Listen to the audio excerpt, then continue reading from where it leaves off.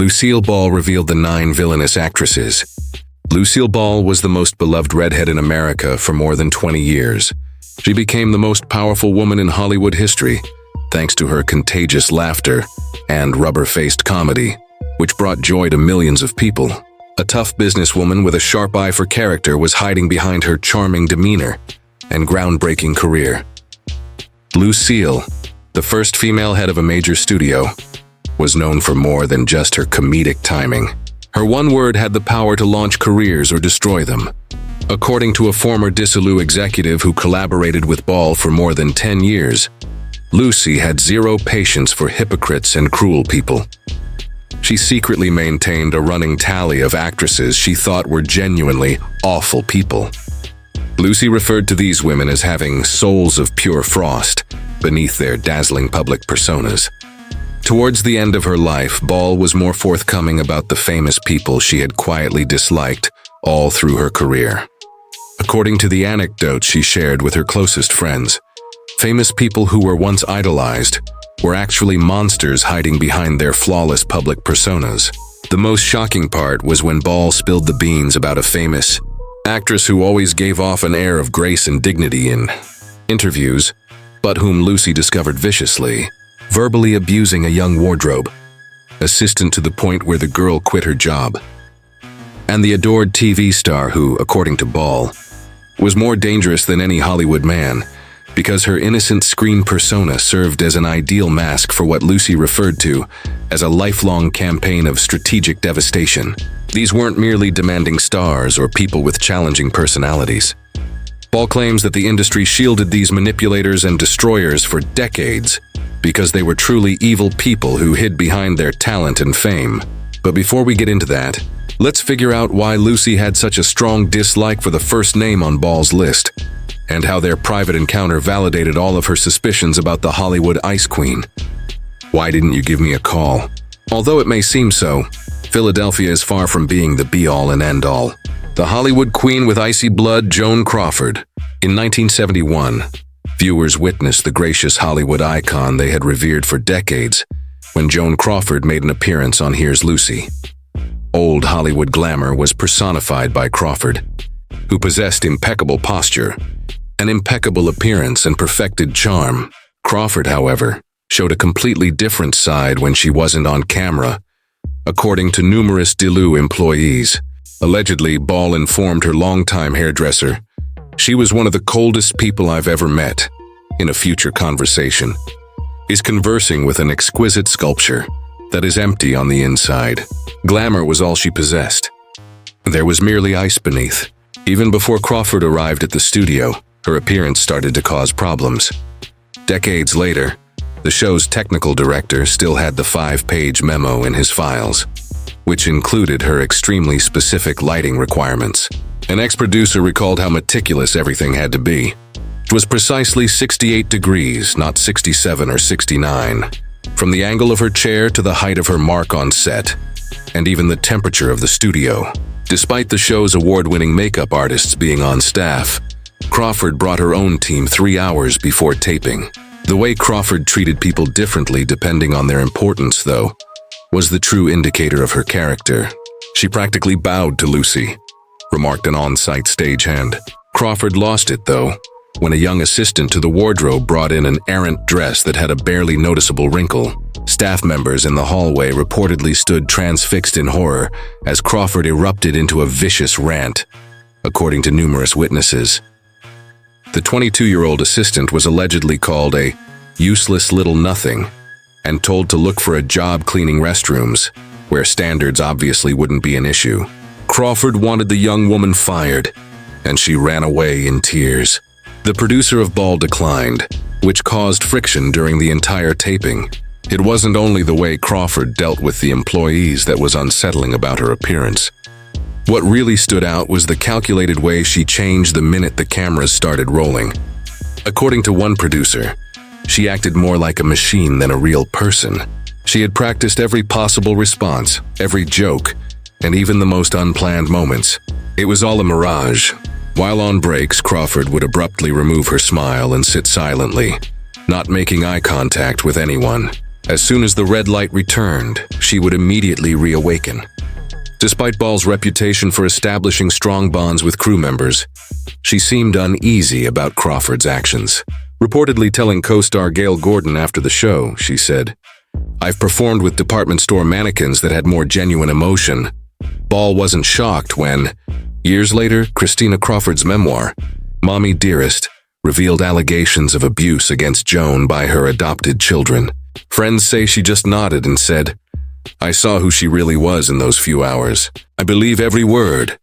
If Crawford's icy logic unsettled Ball, her next adversary embodied something even more unsettling, a talent squandered in a destructive spiral that affected everyone it touched. Even though I'm Judy Garland, the brilliant star who wreaked havoc wherever she went, this might appear to be an unexpected addition. Ultimately, the studio system crushed Judy Garland's vulnerable soul, but she is remembered as one of Hollywood's most beloved talents. It was Lucille Ball who publicly praised Garland's acting abilities. Inside, though, her closest associates say that Ball had a nuanced view of Garland, one that recognized her brilliance, but refused to justify the mayhem she wreaked on everyone around her. Lucy adored Judy's talent, a longtime friend of Ball's revealed. But she was dead serious about the dozens of innocent people Judy harmed due to her addictions and unreliability. Lucy used to say, "Talent doesn't give you the right to destroy other people's careers." Ball and Garland had known each other since their early days at MGM, crossing paths repeatedly throughout their careers. While Ball was known for her ironclad professionalism and perfect reliability, Garland became infamous for the opposite, showing up hours late, missing appearances entirely, or arriving too impaired to perform. What truly bothered Ball wasn't Garland's personal demons, but how those demons impacted the hard-working people around her. The crew members who waited hours for her to appear, the producers who faced financial ruin when she didn't show up, and the less famous co-stars whose careers suffered from canceled productions. Lucy once told me about visiting a set where Judy was supposed to be working, recalled a former television director who worked with Ball in the 1970s. The entire crew had been there since 5:00 a.m. Judy finally showed up at 2 p.m., performed brilliantly for 30 minutes, then declared she was too exhausted to continue. An entire day's production lost, and Lucy said the worst part was watching the producer fire 3 crew members the next day because the production was now over budget. What made this especially personal for Ball was her own history. She had clawed her way up from B-movies and radio, surviving career setbacks through sheer determination and reliability. The idea that someone would waste greater talent through self-sabotage struck her as almost criminal. Judy was always late, always a mess, and someone always got fired for it, Ball reportedly said during a private dinner in the late 1970s. The body count around her was real, but when she did show up, she was magic, and everyone just kept making excuses. This view, which may appear harsh, mirrored Ball's fundamental Hollywood belief that even the most famous actors and actresses owe it to the countless lesser-known individuals who work behind the scenes to make their careers possible. Following Garland's death in 1969, Ball made it public that he mourned the passing of a brilliant artist. In private, she saw Garland's story, her friends say, as a tragic illustration of how addiction kills the addict and causes havoc for everyone around them. According to her friend, Lucy did have compassion. Even though Lucy knew the studio system had harmed Judy, she still wouldn't condone Judy's destructive behavior toward others. Garland personified wasted potential, but Ball's next adversary showed something that bothered her: premeditated dishonesty masquerading as refined European culture. Lesbian is a term I was unfamiliar with. Joseph had me when I was just his young wife. My goodness. Fake Grace on 2 legs, and that's Zsa Gabor. Zsa Gabor was a talk show favorite in the 60s and 70s, thanks to her stunning good looks, unique accent, and flirtatious personality. People thought she was hilarious because of her flamboyant personality, which she displayed by highlighting her Hungarian heritage and numerous marriages. What Ball perceived was completely different. In her mind, it was simply false grace on 2 legs. An ex-writer who was close with Ball revealed that Lucy despised hypocrites and considered Zaza to be the most hypocritical of all. Her accent, she used to say, gets thicker or thinner as she pleases. There is no reality to her. Aside from her name, nothing else about her identifies her.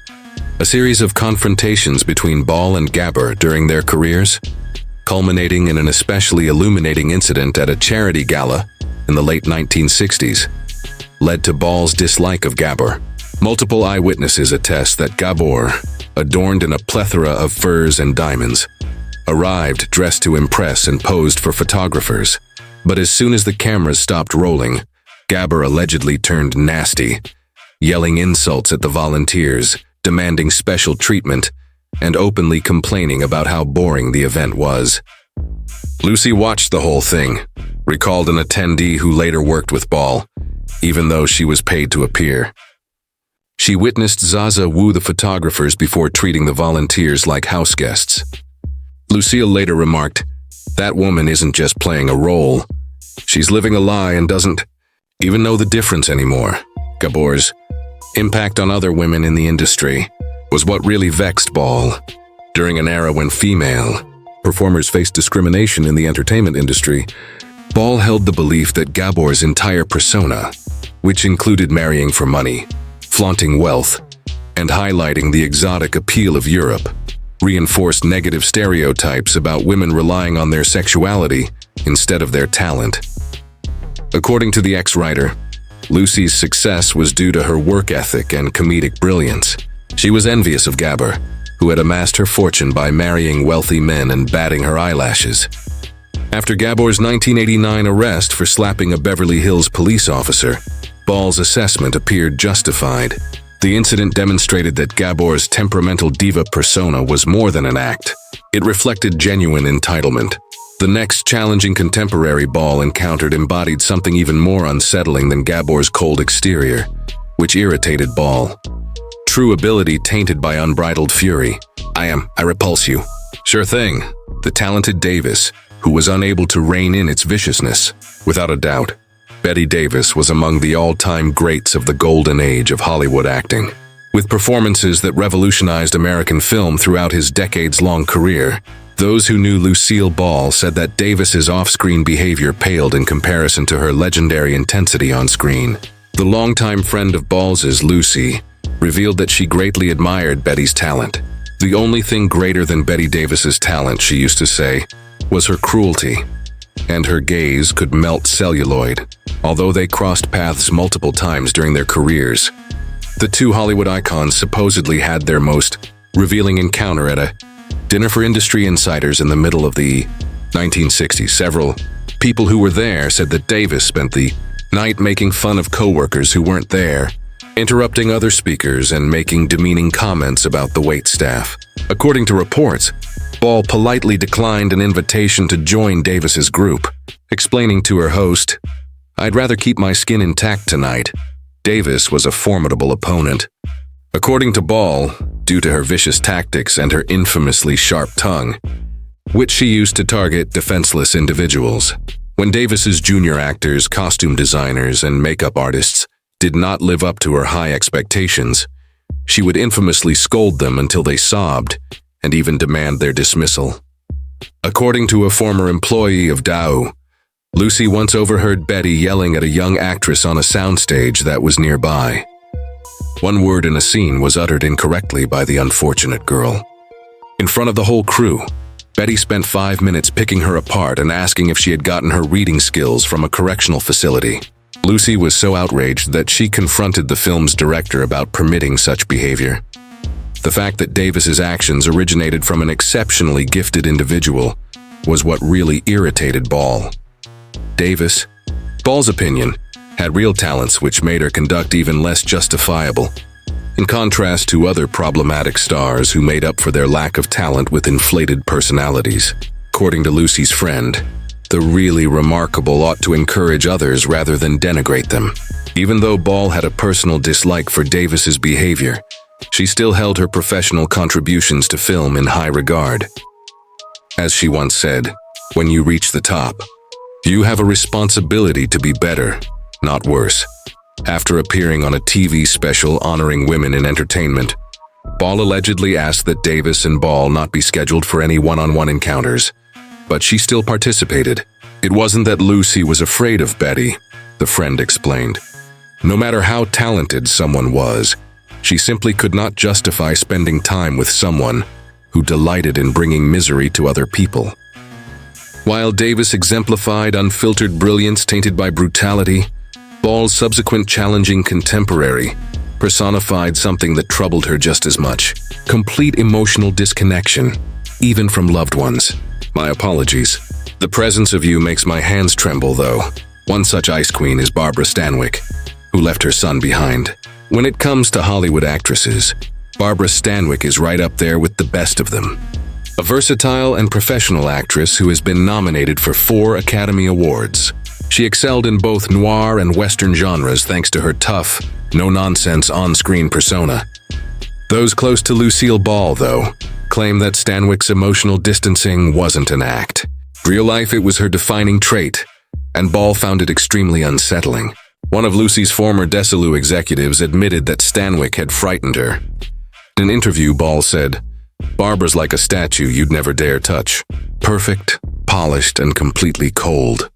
The two actresses had a brief collaboration in the early days of Desilu Productions, and Ball allegedly felt uneasy about Stanwyck's seemingly effortless control over her emotions. Multiple sources claim that Stanwyck, who was reportedly crying during a dramatic scene, abruptly changed the subject to lunch options the second the director pressed the cut, completely erasing any indication of the prior emotion. The executive elaborated that Lucy was an actress whose work was inspired by genuine emotions. To her, Barbara's demeanor seemed almost inhuman, as if she were observing a person pretending to be someone else instead of being themselves. The connection, or lack thereof, between Stanwyck and her adopted son Dion was the final straw that made Ball see her in a bad light. Those in the know in Hollywood say that in 1932, Stanwyck and her husband, the actor Rex Harrison, adopted a child named Dion. Stanwyck brought him up as a single mother following their divorce, but rumor has it that their relationship got worse as he got older. Most people agree that Stanwyck eventually severed all ties with her son, a move that Ball, who was also a loving mother, could not understand. "Lucy couldn't understand how anyone could turn their back on their child," said a longtime friend for Lucy. "Whatever problems you have with your kids, they're still your kids. Walking away isn't an option."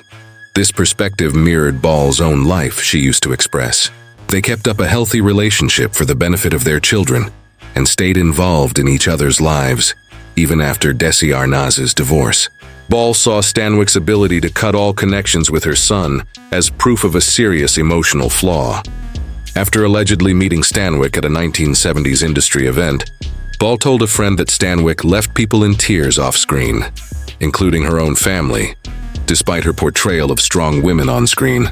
After Stanwyck's emotionally distant behavior unsettled Ball, her next challenging contemporary embodied something that frightened her even more: acts of complete anarchy that bordered on the terrifying. "I would never stoop to the level of trying to exact revenge on someone as bizarre as you." Bankhead Tallulah, dangerous and uncontrollable. Among the most eccentric figures in 20th century show business, Tallulah Bankhead stood out. A flamboyant actress who is well known for her sexual candor, deep voice, and wild antics in and out of the spotlight. Her audience loved her for pushing the envelope with her witty banter and outrageous personality.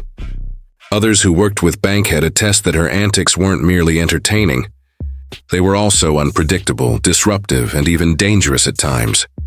In 1957, Lucille Ball learned this from personal experience when Bank made an appearance on the Lucy Deasy Comedy Hour as a guest star. Several members of the crew have stated that the production nightmare began with what was supposed to be a simple guest appearance. The filming was observed by a former Desilu production assistant, who revealed that Tula was often drunk, obnoxious, and chaotic on set. Lucy gave her a chance because of her fame, but she later came to deeply regret it. She was poisonous in addition to being untamed. Rehearsal was supposedly the first point of contention because Bank showed up visibly impaired, forgot her lines, and frequently engaged in inappropriate improvisation that had no place in a 1950s family TV show. During scenes, she would abruptly begin making sexual innuendos or cursing. According to the production assistant, "You were in the 1950s. On television, you would never say anything like that." The censors' hearts would have exploded. The unpredictability of Bankhead's physical behavior was more worrisome than her language. According to various accounts, there were instances when she would abruptly exit the stage, take unexplained breaks in her dressing room, or physically interact with other actors in ways that weren't scripted, thereby impacting their performances. During a particularly chaotic moment on set, she nearly knocked over an expensive camera, leading producers of Delu to describe her as dangerous and unmanageable. Lucy allegedly informed DeCessi, "Never again," after the episode aired. According to her, collaborating with Tula was like attempting to orchestrate a hurricane, doomed to fail and impossible to accomplish. The impact that Bankhead's actions had on the rest of the cast and crew was what really got under Ball's skin. Crew members put in extra hours to accommodate Bankhead's unpredictable behavior while she was having fun. In her own words, the production as a whole was in danger of going over budget because the other actors were finding it difficult to keep up their performances despite her interruptions. Someone who had worked with Lucy in the past said that she had little tolerance for individuals who put their own amusement ahead of the livelihood of others. With an eye for detail and reverence for the manufacturing process, she constructed Daisy Lou. Tula was a symbol of her worst fears, talent wasted on selfish pursuits. While Bankhead's disorganized lack of professionalism irritated Ball, her subsequent challenging contemporary exemplified something that bothered her, having the ability to become aggressive when angered. That awful bratish little child. Her inscrutability is growing. Hardly conceivable. I have an idea. Winters Shelley, Tempest in a Gown. 2 Academy Awards went to Shelley Winters, who went from being a blonde bombshell in the 40s to a revered character actress. She became an indelible part of Hollywood history, thanks to her indisputable dramatic abilities, which garnered her critical praise. Many sources claim that Winters gained notoriety for something unrelated when she was not on camera.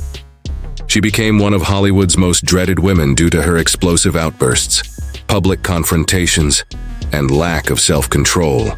One of Ball's writers from the 1970s revealed that Lucy thought of Shelley as a dress-clad storm. You never knew what version you were going to get. Calm waters or a Category 5 hurricane.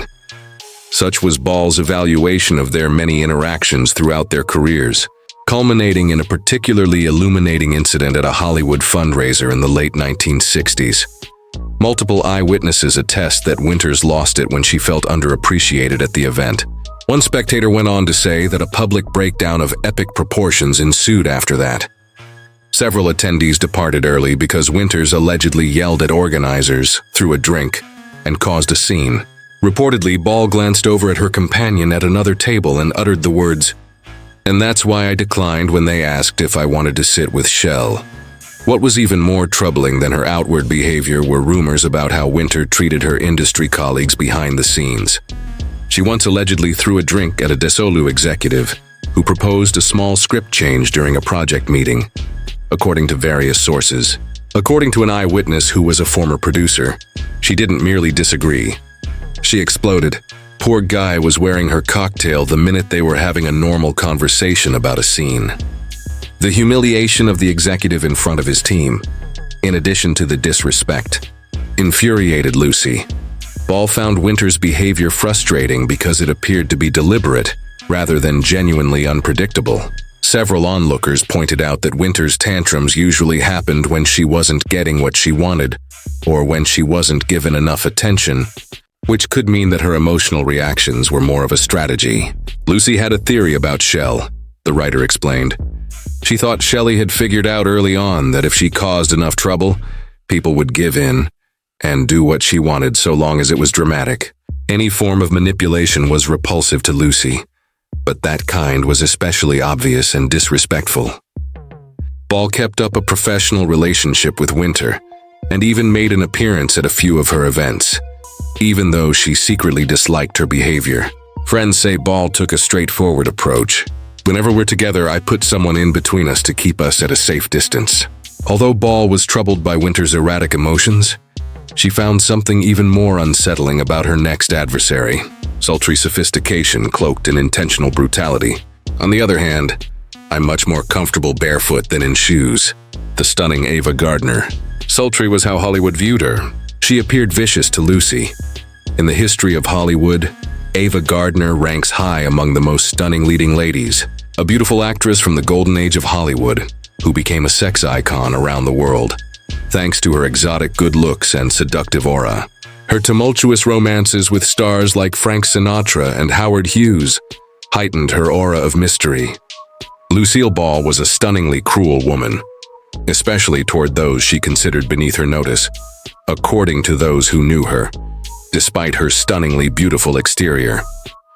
Someone who has known Balls for a long time revealed that Lucy believed Ava to be one of the most vicious people in Hollywood. She once made the observation, based on their many encounters at MGM and beyond, that Ava doesn't just burn bridges. She dances on the ashes and laughs while they're still smoldering. 1999. Several accounts state that Gardner became well known for her treatment of support staff, including assistants, makeup artists, and others, in which she publicly berated them, made unreasonable demands, and apparently took pleasure in their misery.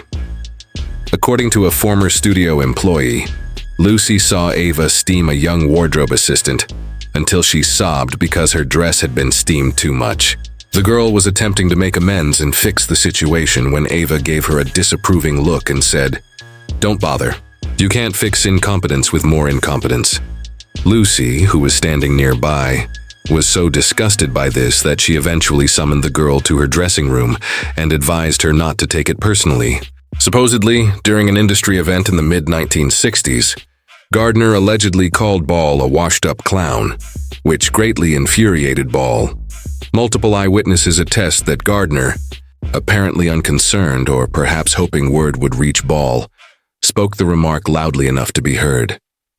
Lucy wasn't bothered by the insult itself, her friend further explained. She was secure in her success. What disgusted her was the casual cruelty, the idea that Ava would try to hurt someone simply because she could. This incident apparently confirmed Ball's existing opinion that Gardner's beautiful exterior masked an ugly spirit. According to those close to Ball, she told a friend, "Ava doesn't just burn bridges. She dances on the ashes." What Ball found particularly troubling about Gardner was how the industry continued to enable her behavior because of her extraordinary beauty, a situation Ball found both predictable and depressing.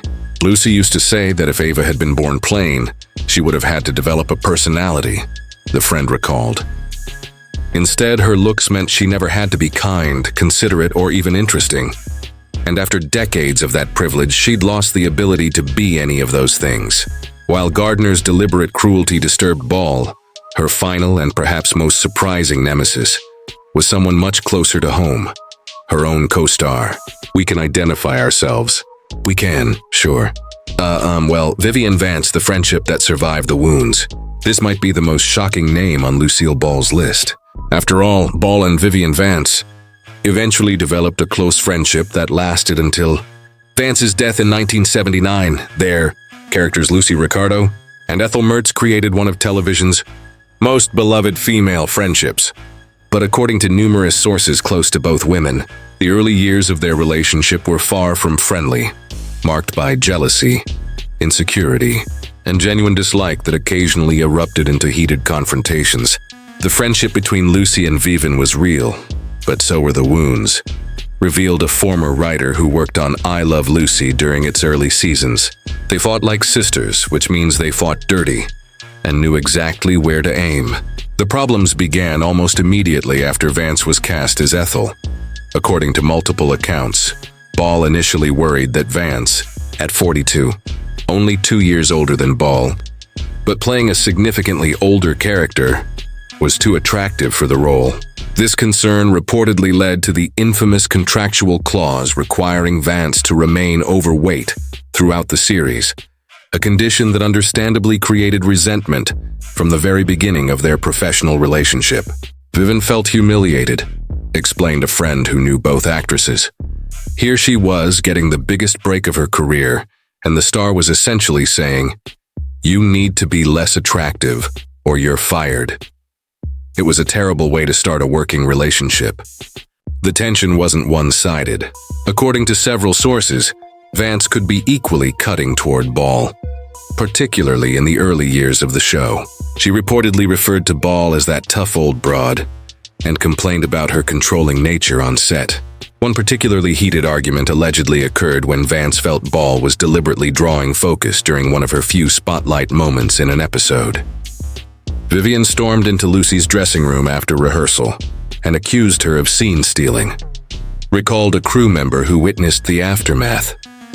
She called Lucy controlling, jealous, and old. Lucy fired back that Vivian should be grateful she had a job at all. It got ugly fast. What makes this relationship different from the others on Ball's list is that it eventually evolved into genuine friendship. As both women matured and the show continued its successful run, mutual respect gradually replaced the initial animosity. They realized they were stronger together than apart, explained the friend. Lucy came to appreciate Vivian's talent and loyalty, and Vivian recognized that Lucy's perfectionism was about making the best show possible, not about control for its own sake. By the 1970s, the two had developed a close bond that lasted until Vance's death from bone cancer in 1979. Ball was devastated by the loss, demonstrating how completely their relationship had transformed from its difficult beginnings. Lucy never forgot how Vivian called her controlling, jealous, and old, said a longtime friend who knew both women. While many in Hollywood abandoned her during her divorce from DeCessi, she will never forget Vivian's unwavering support. Their bond was genuine, but so were the hurts they caused one another. What the Hollywood A-lister Lucille Ball's enemies list shows: the inner thoughts and feelings of Lucille Ball regarding these 9 challenging women. Cast members such as Judy Garland, Betty Davis, Zasha Gabor, Barbara Stanwyck, Tula Bankhead, Shelley Winters, Ava Gardner, and Vivian Vance provide an uncommon, unvarnished look at the world behind the meticulously preserved veneer of glitz and sisterhood in Hollywood. A longtime Dissolu producer explained that Lucy saw everything. Each and every female star had to go through her because she was the first woman to run a major studio. Who was being sincere and who was just acting was obvious to her. Having no motive to embellish or fabricate unflattering tales is what makes Ball's evaluations so valuable. Ball, in contrast to cynical tabloid reporters or resentful workers, stood at the very top of the entertainment industry. She stood to lose everything if her candor harmed any business connections she might have had, and gained nothing by critiquing these celebrities. Her ex-producer pointed out that Lucy had no intention of alienating anyone, completely in reverse. She wished for flawless performances in every production. When she felt animosity toward someone, it was usually because they had forced her to. Because of her dual role as a performer and studio executive, Ball had a unique vantage point on the culture of celebrities. For many years, she had a dual perspective on celebrities, seeing them as both colleagues and bosses. This gave her personal opinions more weight. The way Ball differentiated between women she deemed seriously problematic and those who were just problematic is probably the most illuminating. Even mild egotism, nervousness, and eccentricity were all tolerable to her. Being famous meant you had to understand these. The treatment of weaker people in particular was something she could not tolerate. Her longtime friend recalled that Lucy had a straightforward test. The pages, the assistants, and the makeup artists gave her all the information she needed about a character. How were they treated by them? Many of Ball's private views have been confirmed by public revelations regarding these celebrities in the years following her death in 1989. The accusations made by Christina Crawford against Joan, her mother. There is substantial evidence to support the claims that Ava Gardner was abusive toward her employees and that Judy Garland was unreliable. Evidently, Ball wasn't merely being critical. She was picking up on real issues with characters that the publicity machine in Hollywood did its best to hide. Even though their actions were known to those in the know, the studio system did a good job of protecting these celebrities, which is the most depressing part of Ball's list. Studios, networks, and publications all had a stake in keeping stars marketable, so they could keep their perfect public images while behaving horribly in private. This was long before cancel culture and social media. An alum of DELU once said that one embarrassing video shot on a cell phone could ruin a career. It didn't matter if an assistant was made to cry back then. The story would remain in the building as long as tickets were sold or sponsors were attracted.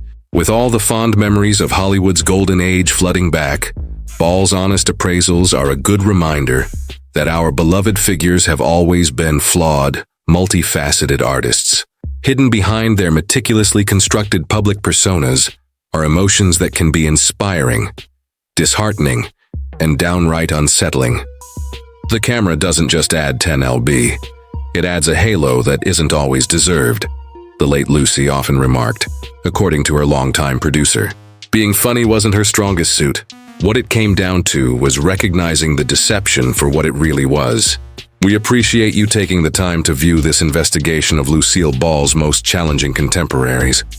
If you enjoyed this exploration of the golden age of television and found it illuminating, then hit that like button and subscribe for more in-depth looks into the history of entertainment.